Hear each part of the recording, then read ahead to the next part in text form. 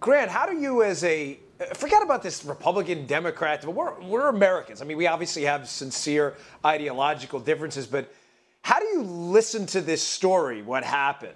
The last words of this 32-year-old, beautiful, intelligent, talented young woman dies literally cradled in her father's arms, says, "Help me, Dad." I mean, how do you envision that in your head? And then look America in the face if you're a jurist in San Francisco in this case and say, oh, yeah, the right thing was done. You know, I get it. Justice isn't always perfect, but this was not imperfect, Grant. This was an absolute travesty. This was a miscarriage of justice. This was a disgrace. I mean, just quick on this. Illegal alien, known drug user, admits to firing the gun. Disputes how it was fired, by the way, nonsensically, in my opinion. But no one's questioning the gun was fired in his possession. The gun is stolen from a federal agent. He flees the scene on video. He then throws the gun in San Francisco Bay. And we can't get a conviction for involuntary manslaughter?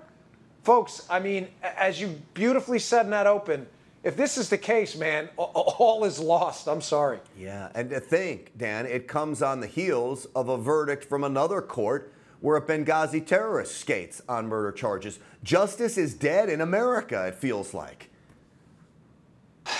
You know, it does, Grant. And I didn't even, the Benghazi tie-in was that's what hooked me as I was listening to you. You're right. It just feels like there's two standards of justice. The right standard where Lady Justice is blind and what's going on now, which isn't justice. Who knows what this is? Is this chaos? I mean, I don't know what's going on right now. But what's interesting about this case, too, and this entire illegal immigration argument, you kind of hinted at it in your opening as well.